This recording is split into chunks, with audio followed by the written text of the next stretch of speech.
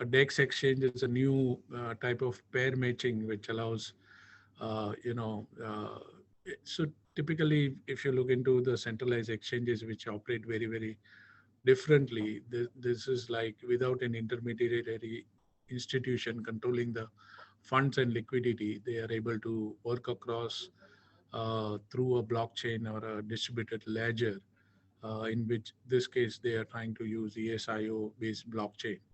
And because it's decentralized, the transfer of asset to the exchange reduces the complete risk of theft or hacking kind of stuff, or any price manipulation when you deal onto a decentralized crypto exchange. Next. CoinDCX is another of my portfolio company, which is an Indian exchange, centralized one. Recently raised another round now, almost $2 billion kind of valuations. In fact, just to share a short story, Block.one ended up investing into Series B in CoinDCX, and so now it's an internal investment which has been between both Block.one and CoinDCX kind of stuff, and I was happy to be part of it to structure the whole stuff. And now they are a unicorn plus plus. Next. Uh, my I was very fascinated with Bitcoin kind of stuff in my early times, and one of the places where uh, Bitcoin acts like a bank with no employees, no shareholders, no branches, but gives you the whole opportunity to be a store value kind of stuff, and you can even transfer the value over internet. We have been transferring information since our internet days, but amazing success which Bitcoin has seen across in that sense, with underlying technology which is blockchain, which Vatsal will talk about more. Next. uh, you know Bitcoin, for example, is one of the technology which is powered through blockchain. And Bitcoin has shown that an item of value which can be digital and verifiably unique. So Bitcoin is something which you cannot duplicate even after being digital. In digital world, we claim across everything which can be duplicated, right? And Bitcoin is, one of those digital assets which is unique and you can't duplicate the same. So that's very, very unique in that nature, and it is permissionless. So whenever you transfer a value, every time we have been trained, our mind is trained. Banks would we require bank permission or credit card, companies to give us those permissions to transfer value. This is the first time where it's a permissionless economy where I can transfer value without any permission required. Next. These are a couple of terminology, and now I'll leave to Vatsal to take it up from here next. Thanks, Sanjay. Welcome everybody. Vatsal, CTO at 100xPC. Been leading tech investments for 100x for the last 3 years and 4 years in total, making a bunch of tech investments, including in the crypto space. Invest in a couple DeFi companies, missed out on a couple NFT opportunities, and it led us a couple NFT opportunities. Gone through booms and busts. So seen the lows of 2017-18 as well, and then the highs of 2021, and more recent lows. And you guys might have heard recently how there's this whole crypto crash that's been there. Markets going down, and that happened because of something called Luna, right?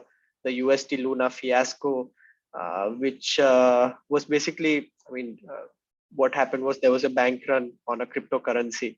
But the broad idea is that whatever I've seen for the last 4.5 years is that this technology is here to stay. And the more, all of your entrepreneurs and angel investors, so you've wired money around.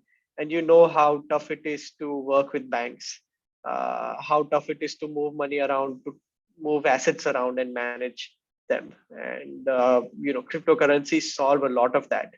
And we'll come to how, and how to kind of invest in them.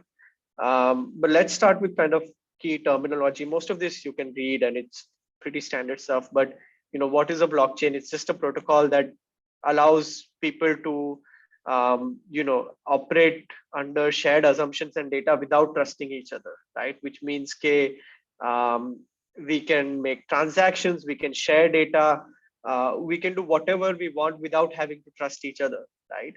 And all these updates to the data are packed into blocks, right? So basically, let's say there are 10 different changes that have been made. Then all those 10 changes are brought together into a block, and then they're chained to each other. All these blocks are chained to each other. That's where the blockchain comes. And the key part of why blockchain has security is because everybody has a copy of the ledger. So nobody can fool anybody else, right? You can't fool me by saying, oh, there's this transaction where somebody's paid me $1 million, because my copy of the record doesn't say this, right? And now imagine this at a scale of hundreds of millions of nodes. If you have to convince uh, even one person that you faked a transaction, or that transaction happened, you have to convince 100 million people that this transaction happened, and everybody has the same record, right? So that's where the security and really quality of blockchain comes. This security or the consensus building happens through certain protocols, right, which are set of rules that determine what kind of I meant blocks, not clocks.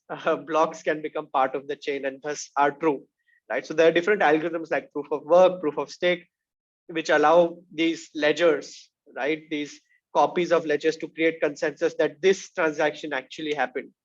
Um, Smart contract is basically any kind of code that can create and transform these data or tokens on top of the blockchain to which it belongs, right? And it allows users to trustlessly encode and digitally enforce these transactions. What that basically means is, let's say today you have a legal agreement with somebody who's paying you rent, right?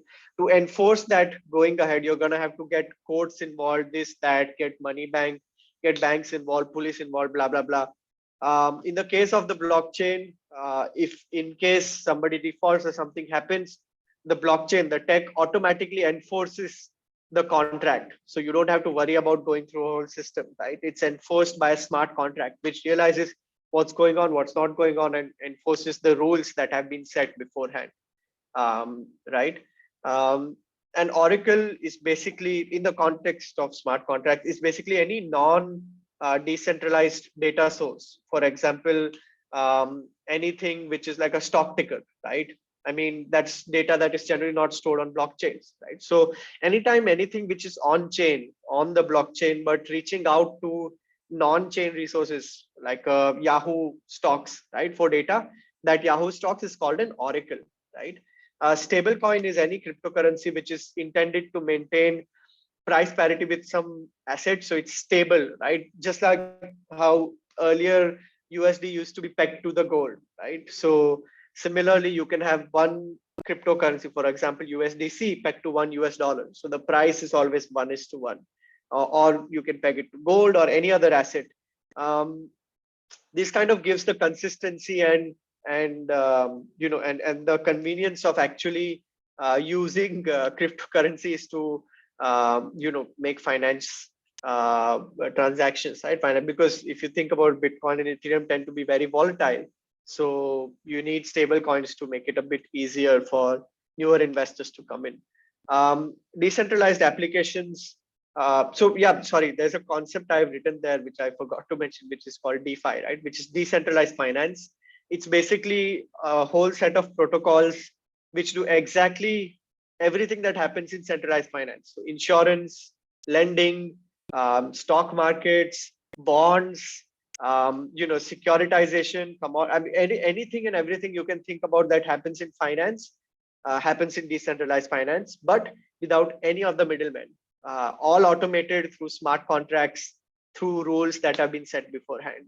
And so decentralized applications are kind of multiple smart contracts that come together to create a whole application, right? For example, a lending application, right? One which allows people to lend to each other would be a decentralized application that would contain a bunch of different smart contracts together, which form that one application.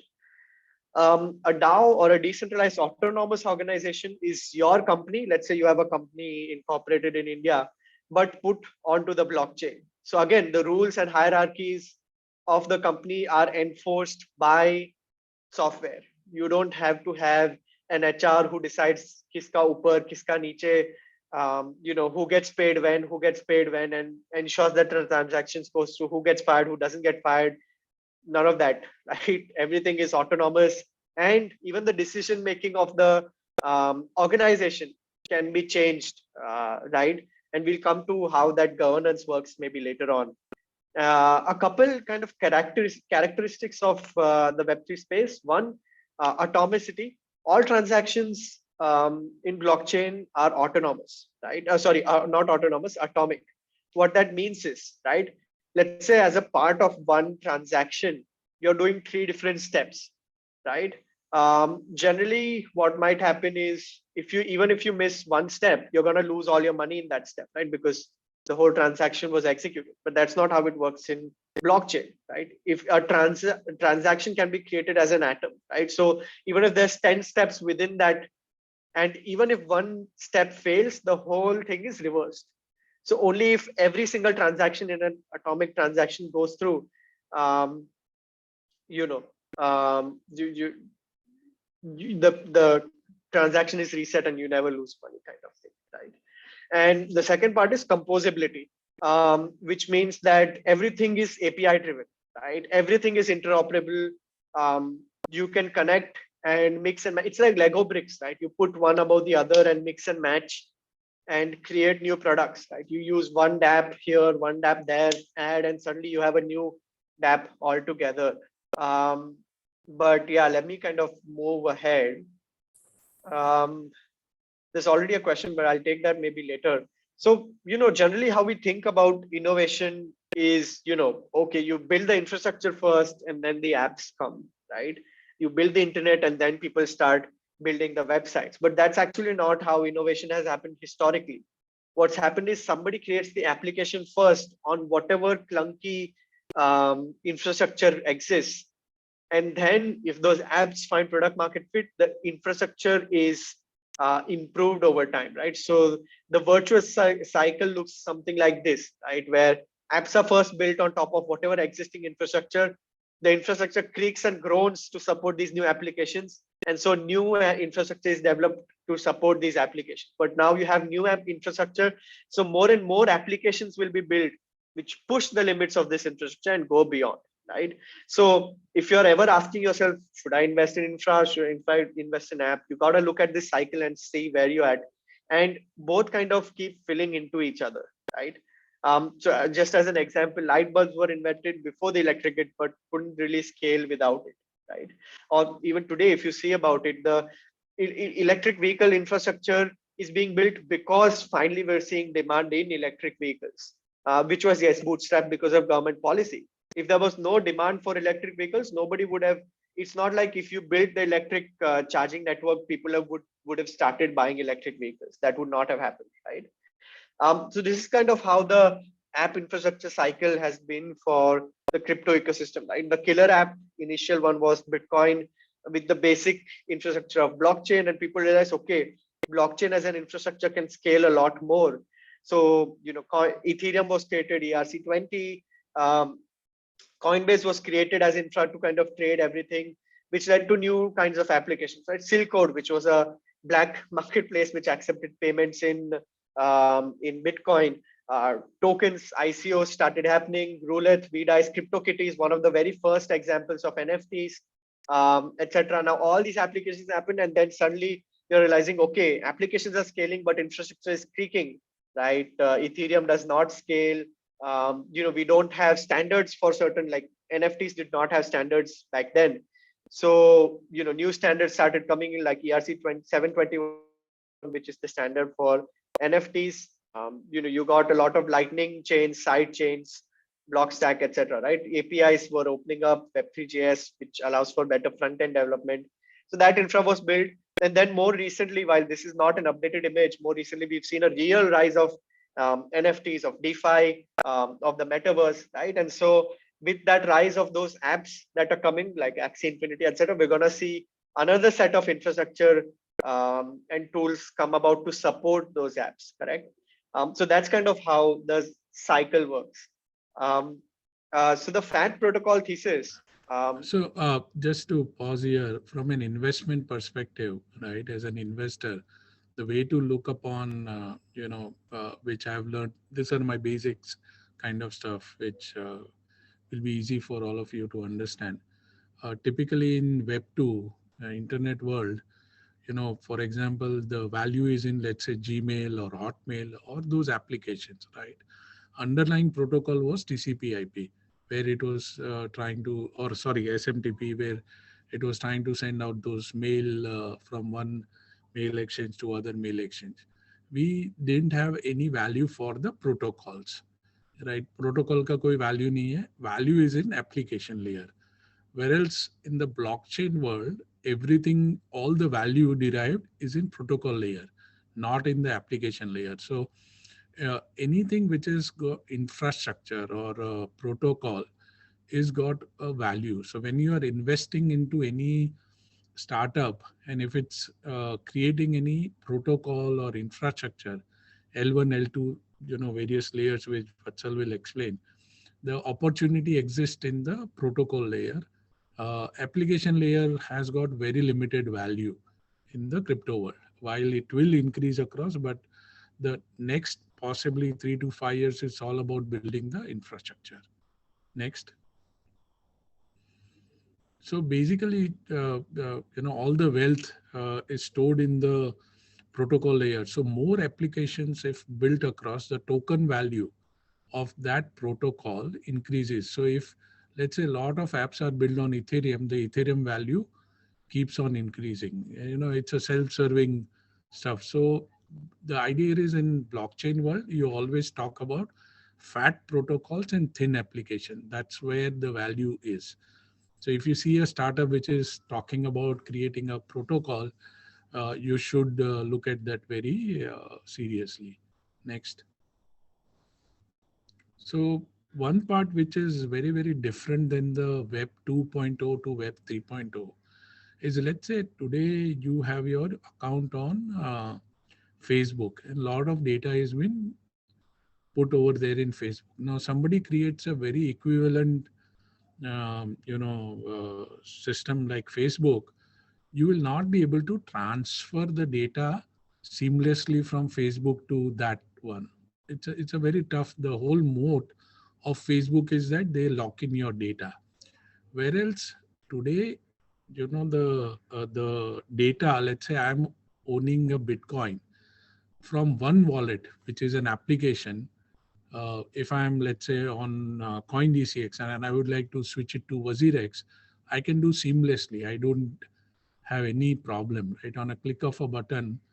So basically, in the mode side of it, the data layer is shared. So there is no, barrier to entry, like how Web 2 is there. So you have to be very careful when you are investing. There's no moat in the data ownership, right? So if you are having, let's say, somebody claiming across a protocol with saying that I've got, let's say, 5 million users, वो कल उठ के वहाँ से shift करना है तो possible है, in the application. So you have to be very careful in that sense. Next. So, in the FAT application thesis, typically this will be multi-chain and, cross-chain by default. And users will not know or care about what protocol application is below, right? And, so idea is that you are investing in protocol more, or your opportunity lies in protocol, not in the application. Next. Vatsal, you can take it up. Super. So, just want to kind of highlight a couple points about the Web3 space. One is, you all know how flexible and imaginative finance can be, right? It's only limited by how wild your imagination is. So crypto brings that imagination and flexibility of finance to a fully functioning decentralized computer, right? This blockchain pay, you can basically do all the computing you do on a regular computer, right? It's Turing complete. So all processes, everything that you can do on a regular computer, you can do on a blockchain computer, which is decentralized, right? So that's a very interesting fact. Second is that what you derive from that is that anything you can imagine, right, as a financial tool or as a financial innovation, you can build it on Web3, right?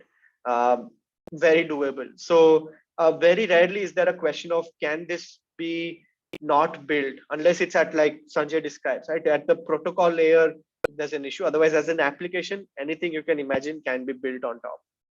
And all code in crypto is open source, right? This is very important to remember, because over here there's nothing like, okay, I have proprietary code. Once you're launching a crypto project, you're gonna have to open source the code. And why is that? Because crypto is not exactly trustless. Yes, it is trustless, but the trust moves from the people to the code. In centralized organizations, typically you're trusting the people who are building it, right? You maybe you're using Zoom today, you're trusting the people who are building Zoom that, okay, there's something legit. But what happens if there is a decentralized version of Zoom? People basically read the code and say, okay, I can see the code, I trust that this code is correct, right? So that's where the trust moves from people to code. And that's why you have to make sure that your code is open source. Um, if not initially, then over a period of time. Some basic due diligence that is common to Web3 projects, right? You want to see the value proposition of a project. Like I said, anything you can imagine can be built in Web3, but just because it can be done, do people really want to do it? Technology stack and decentralization. Is this something that can only be built on the blockchain, right? Is this something which creates real value through decentralization? Um, the team, obviously, the team story, experience, integrity. Do they know what they're doing, how to do it, and are they doing it out of a mission? Community development and evangelism. Is their code open source? That code is open source and can be copied in seconds. So community will be the only mode. The business plan and tokenomics, how they make money, and smart contract auditing, right? This is generally, there's a lot of third-party services. You do this, it's subject to the stage of the company, of course. Very early on, when the product is still being built, no point. But before moving from test to kind of production, generally you do need your company to have some sort of an auditing done, right? And there's a bunch of companies which do this. On the value proposition fund, this is generic stuff, right? You want to look at the kind of market that the project is going to challenge, right? What kind of problems does it solve? How does it compare with incumbents and competitors? What kind of economic benefits it has entailed? And how does it relate to other blockchain technologies, right? So for example, let me take two examples right here. One is something called compound finance, or Aave, right? Which is a lending protocol where people create liquidity pools, and you can lend, take loans and pay it back on interest from that protocol. Right now, all of this done is a collateralized, automated manner, instant loans, all collateralized, very safe, secure, and generally, these are very mature protocols, so they give maybe 3 to 4% APY, right? Kind of the annual yield. So that is a protocol which has a market that is solving, right? It's going after the lending market. People need access to capital, and that's what it's creating. And it's so much better than the incumbents, right? Which is like the banks, where you have to have a bunch of data, you have to show different collateral, and even then, people will say, nope, doesn't work. I don't want to give you my loans, right?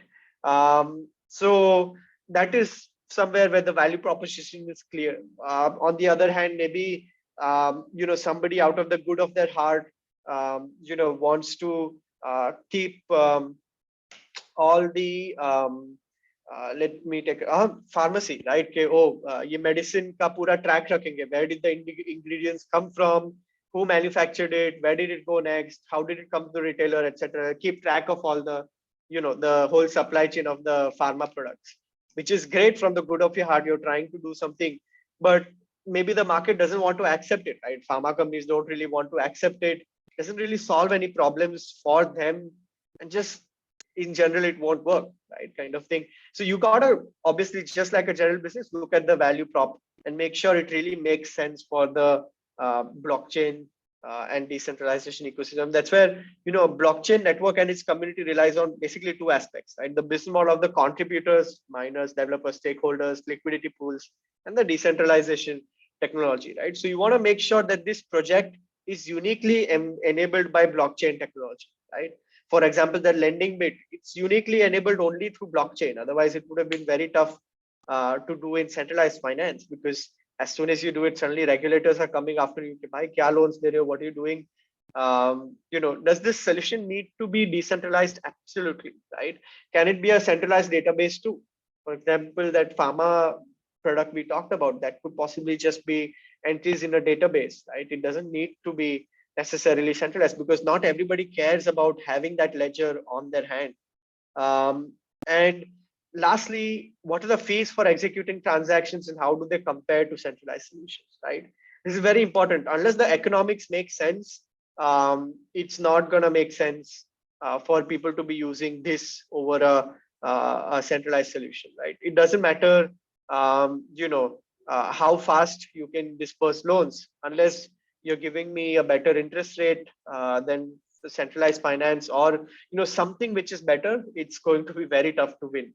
So fees tend to be a very critical part of that.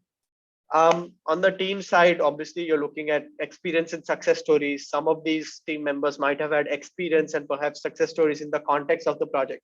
For example, Block One, which you saw earlier, right? Sanjay's portfolio company, their CTO Dan Latimer was one of the innovators and pioneers of the crypto ecosystem. In fact, he created the first blockchain-based social network, right? Completely decentralized social network.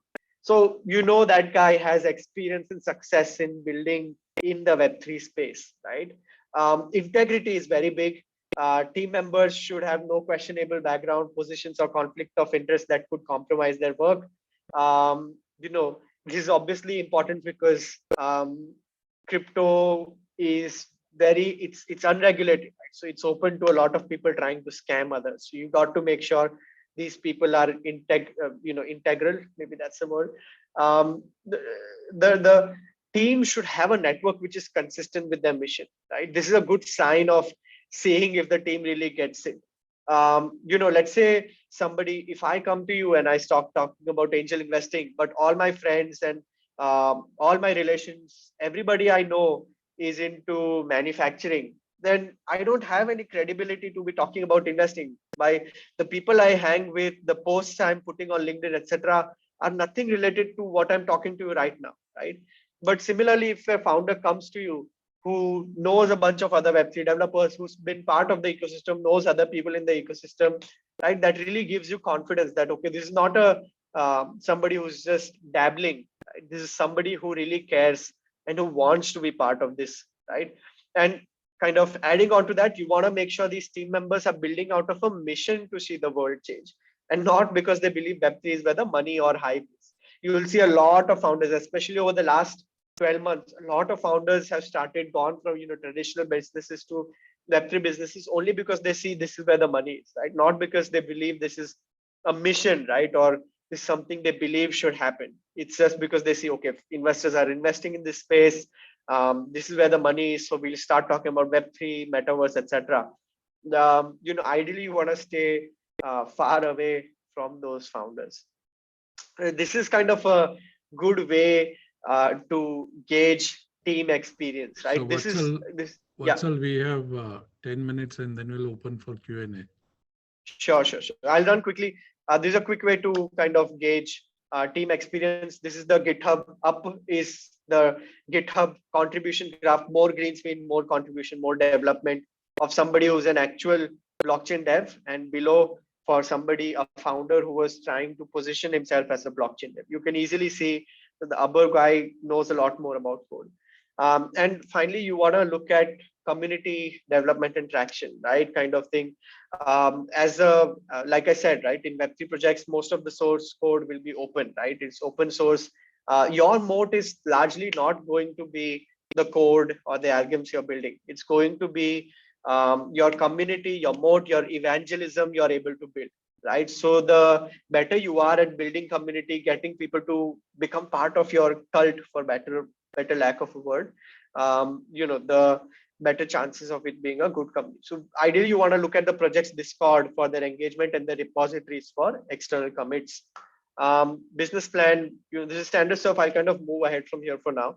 On the tokenomics side, every protocol or project will generally have a token associated with them, and they give this to early adopters in the idea that, okay, as the application gets more usage, the value of the value of the token will increase, and hence as the value increases, more people will come in, and so on and so forth, right? And as the value increases and more people come in, more people want to build applications on top of it, right? So it's a virtual cycles, and tokenomics are very critical to helping drive the growth loops of a particular protocol or application.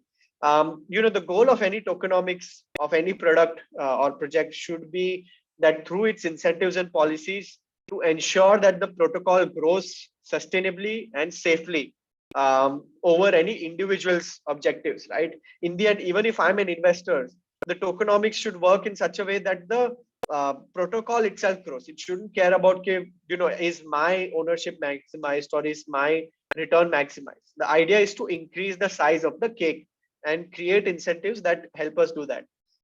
In this, you want to learn how they propose creation burning of tokens, right?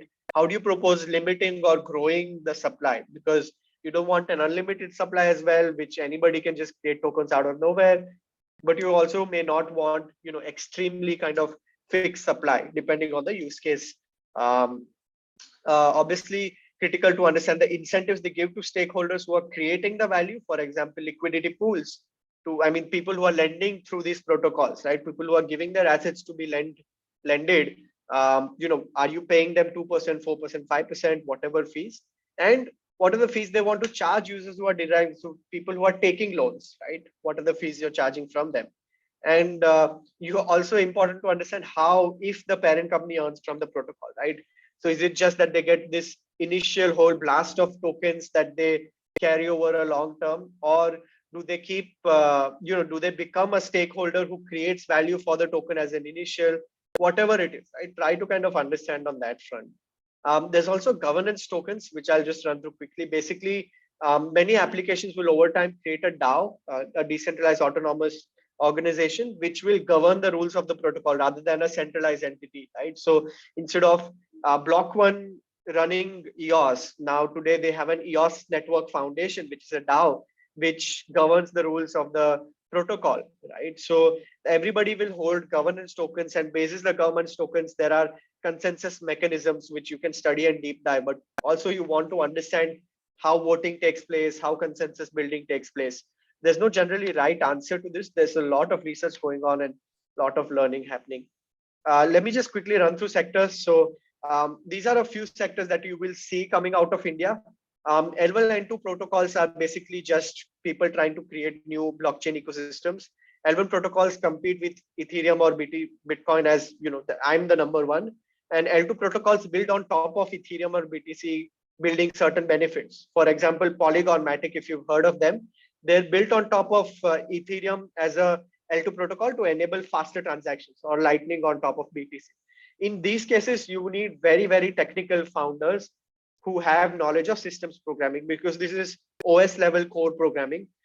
You should read through the white paper and ensure it is thoroughly read and researched. And these guys need to have a go-to-market on creating a great ICO and airdrop, which prevents concentration of tokens. What will happen is, even if you build the best technology out there, right, a great L1 protocol, which is like killer fast, much faster than Ethereum is or whatever, right? It won't matter if you're not able to distribute it well and build the initial community well. If you don't do that, somebody can just come, copy the code and try to bootstrap the network themselves.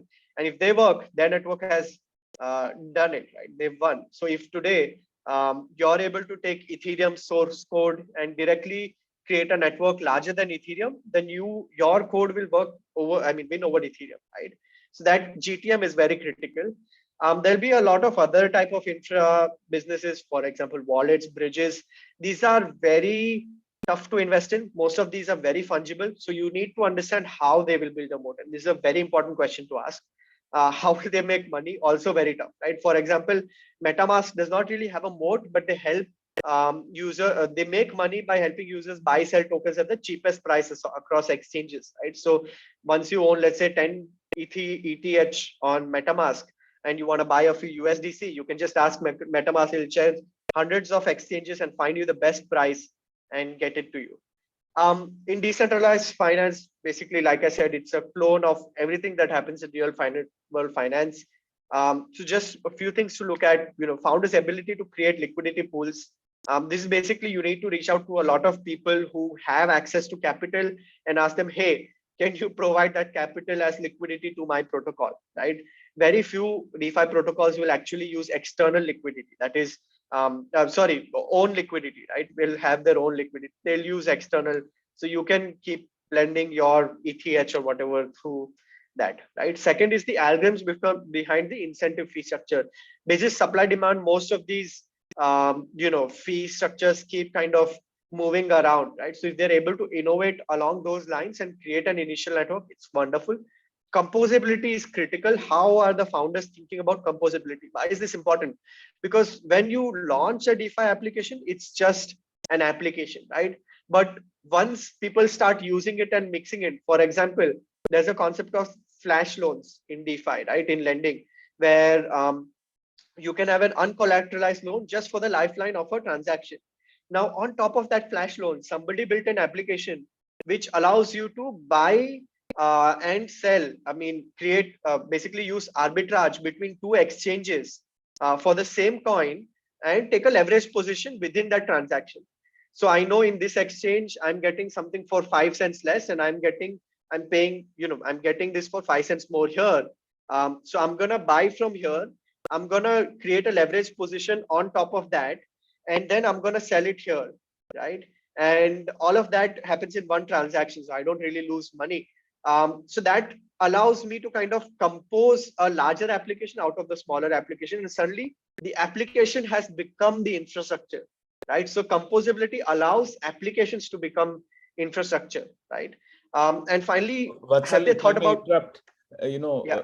We would like to have our members ask questions to you, right? Sure. You've given us a good, quick dope on the whole system. So I would request that, we take more questions from people, because, we will exactly be able to clarify their doubts.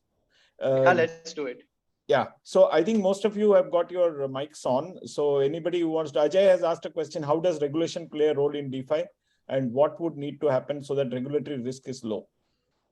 This is on the question box. Yeah, I mean, it still remains the same as far as I understand. 30% tax on all gains. So if you put your ETH out into a lending protocol and make let's say 10% APY on it, even if you have 1 ETH ka 1.1 ETH, you're not taxed until, as far as I understand, you're not taxed until you convert it to fiat kind of thing. So once you create it, convert it to fiat, you will be charged 30% on whatever gains you have. So that's broadly how it works. But yeah, regulatory risk is pretty high right now, especially in India. What would need to happen? I don't have an answer for that. It's going to be high for a while. Okay, I have a question. What is the form of— because you are investing typically in a currency or in a token, right? You are converting Indian rupees to, let's say, a stable coin, and then from the stable coin, it is getting, invested into a token or a currency, something like that, right?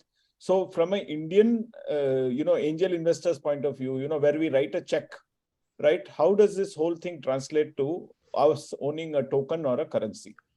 So you just go across to, let's say, exchange like CoinDCX, and using fiat, you just buy the tokens which you believe, the assets which you believe, saying that I would like to invest in Ethereum or Bitcoin or whatever it is. All the tokens are listed over there.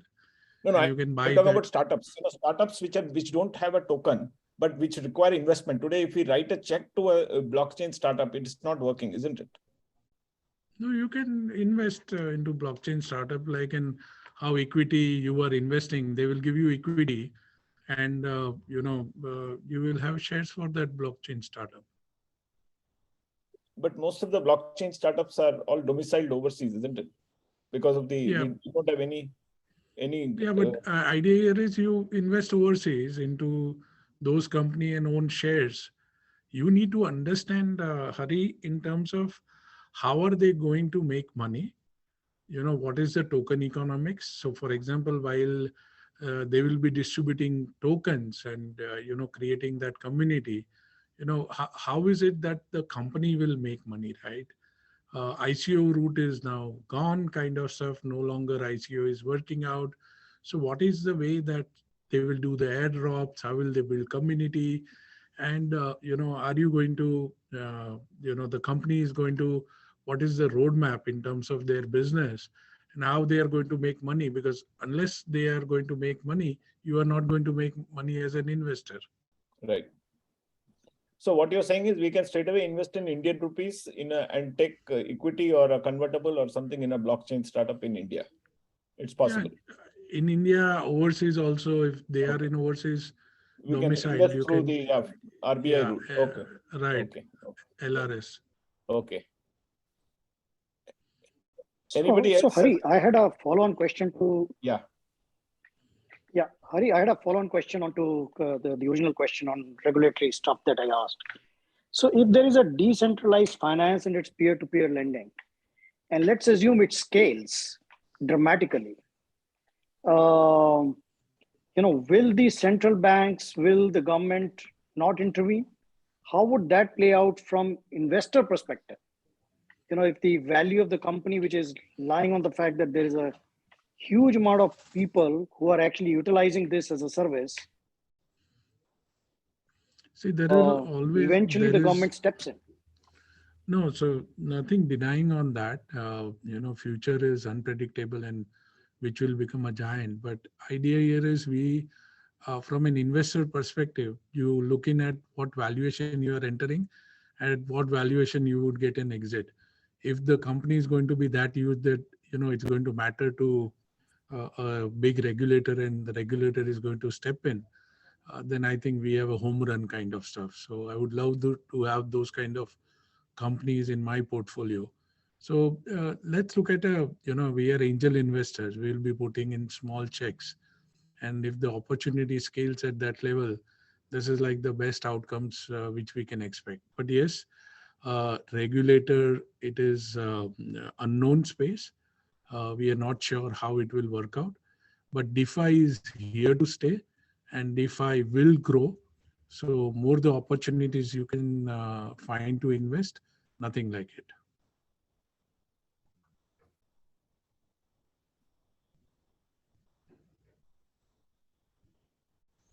Anything else? Hari? Yeah, just a second. Does anybody else want to? I see something in the. It's supposed to be. Thanks. I'll share the deck. Hari, you can circulate that. Okay. Biggest challenge is getting validation on the technology. Yes, absolutely. I mean, that's why, see, if you look in the small thing, how do you validate, right? Vatsal mentioned across that GitHub contribution. If the founders do not have the GitHub contribution well entrenched where they have really contributed, then there's no story over there, right? Unless there is a good contribution which is being done across by the team, you will never be able to validate it. The only validation of tech is how they have contributed and other people also contributing to the same. Okay. I think just like in academic papers, you have citation. This is Rajneesh here. GitHub, you can also check with, in terms of the, how many people actually have forked it and used that contribution. My just 2 cents. No, absolutely. Rajneesh very truly said across. But I mean, idea is as an investor, you need to get educated to do all this stuff. Right. Yeah, I think most of us, we have not treaded this particular area, because of which a lot of things looks very complex, from an investment point of view. So you really No, need. so Hari, that's why I mentioned. See, we have been trained, our mind is trained on application layer, right? We Right. have never gone on the protocol layer. Right. Where else everything in the blockchain side is protocol, right? Right. Application play a very limited role. All the wealth is stored in the protocols. So understanding how L1, L2, all those story work, Polygon में L2 में क्या बना रहा है, for investors who are more the way we look at business plan, this is very different to look at it. So it's always, as I mentioned in my first statement, we have to be a forever apprentice, right? Into this, keep on unlearn, learn, unlearn. But Web3 has an opportunity. People should look at it very closely. So you, in your 100x portfolio, you have several Web3 companies, in the sense, in the blockchain space? We have, it's not several, because you have to be, see, this is like a gold digger environment, right? Too many people are floating around on metaverse and Web3. Those sawal pucho, they break down. So we have, let's say, for example, a company called strive.social, which is into NFT exchange. So, for example, Zeppe karke ek exchange tha. I don't know if you heard of Zeppe, one of the very early. Uska CEO Saurabh is one of the lead investors who has put in money over there. And the team founder is from UC Berkeley, and building a complete NFT kind of exchange on that. So you need to work on the various companies in various spaces. Exchange is very easy to evaluate. Wallets are easy to evaluate. DeFi is easy to evaluate. Tough part is only when you are looking at infrastructure protocols. I have a quick question, Sanjay. First and foremost, thank you for the brilliant presentation. Thank you, Hari, for organizing it. Just a question, since everything is on a decentralized, chain, and it's transparent, what are your views about defensibility of a business or of a proposition? How does You a want to company... take it up, Vatsal? Yeah, sure. So, that's kind of, there is very little, kind of defensibility in this business. Everything is open source. Everything is out there for people. L1, L2s, generally you will see right to win just on the basis of that I was correct. If you see the story of Polygon Matic, right? What happened was, the reason they won, like, this was a concept which was out there, saying everybody thought, okay, we can just create a side chain as an L2. But nobody wanted to do that, because everybody thought, no, we'll just make Ethereum faster.